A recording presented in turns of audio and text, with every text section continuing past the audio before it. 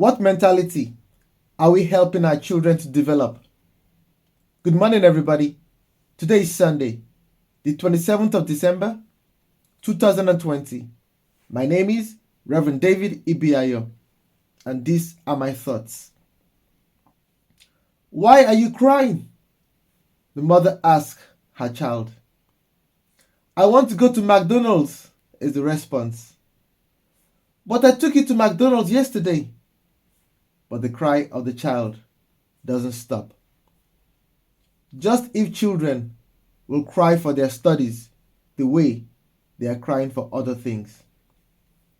When the cry of a child is granted, the transformation that happens as from when the child's cry for what they desire and when their wish is granted, to say the least, it is amazing. 1 minute, the child is crying for a Big Mac and milkshake. And when the child is promised a trip to McDonald's, you can just at that moment see the face of the child light up.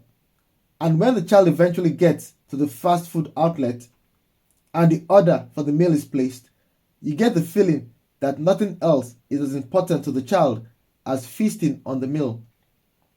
When the meal has been devoured, what are the first words that come from the child? You probably do not hear "thank you," but you might just hear, "That was nice. When next are we coming back?" It goes without saying that no one can claim to be an expert in bringing up children. But if there is one thing that parents who know their onions from their apples will tell you, it is the fact that children are brought up on principles, and if you give them the right principles, the chances of them failing is far, far less than them succeeding.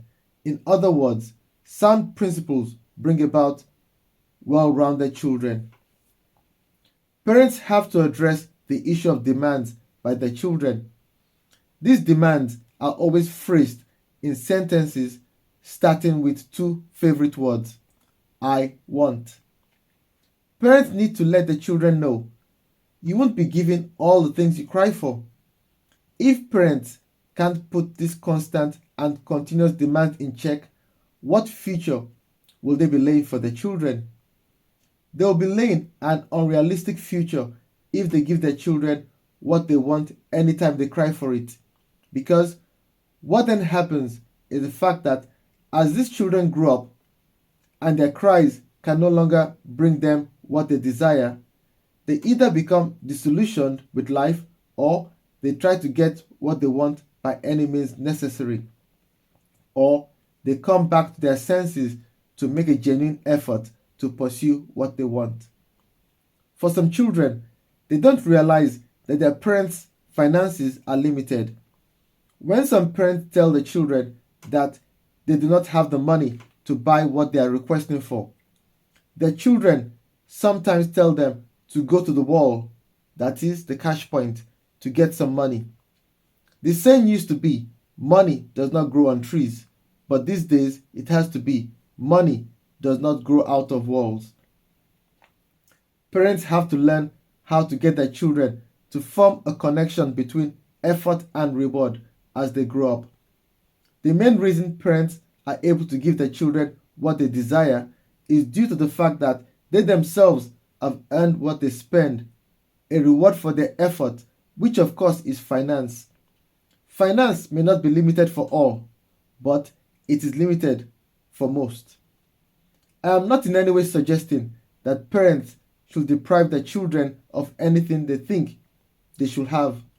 But it's important for parents to get their children to understand that in life, you have to strive for things, and to achieve what you want tends to require effort. We read the following in Proverbs chapter 16, verse 26. A laborer's appetite works for him. His hunger drives him on. Children need to be freed from the Big Mac and milkshake mentality. It's a mentality that craves for things that can't sustain them for the future. Children need to be made aware of the fact that in life, tomorrow starts today. Their two favorite words, I want, should have a wider scope beyond things that bring temporary satisfaction. These children should have aspiration for a brighter tomorrow, which can only come about by them wanting the right things. It is then up to every parent to guide their children to want things that can make them well-rounded children who are well prepared for the future, of which the first will be a life of which Jesus Christ is the foundation. A foundation of contentment that doesn't frown against having aspiration. Who can deny that parents meet their children's demands all because of love? But we need to point out that there is a difference between indulging a child and loving a child. If we can say no to some of our children's wants, what mentality are we helping our children to develop? Take care, keep safe, and remain blessed. Amen.